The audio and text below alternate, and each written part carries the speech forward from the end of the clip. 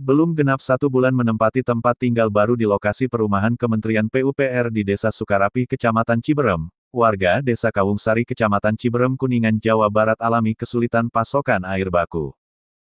Untuk memenuhi kebutuhan air, saya harus beli Rp50.000 untuk 1 toren.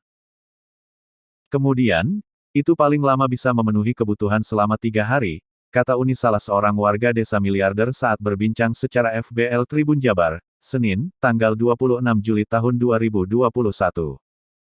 Uni mengaku sangat prihatin dengan melangsungkan kehidupan di perumahan saat sekarang.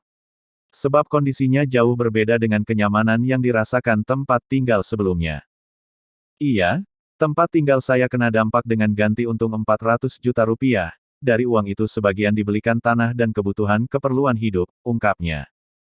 Sementara kepala desa setempat, yakni Kusto mengklaim tidak ada pembelian air. Namun uang yang dikeluarkan warga itu sebagai pengganti operasional kendaraan tangki air tersebut.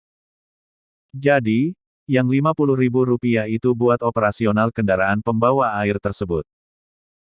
Setiap 1 toren berkapasitas 1.000 liter itu kena Rp50.000 dan setiap hari ada 2 tangki air berkapasitas 4.000 datang ke sini dan memasok air untuk kebutuhan warga, katanya.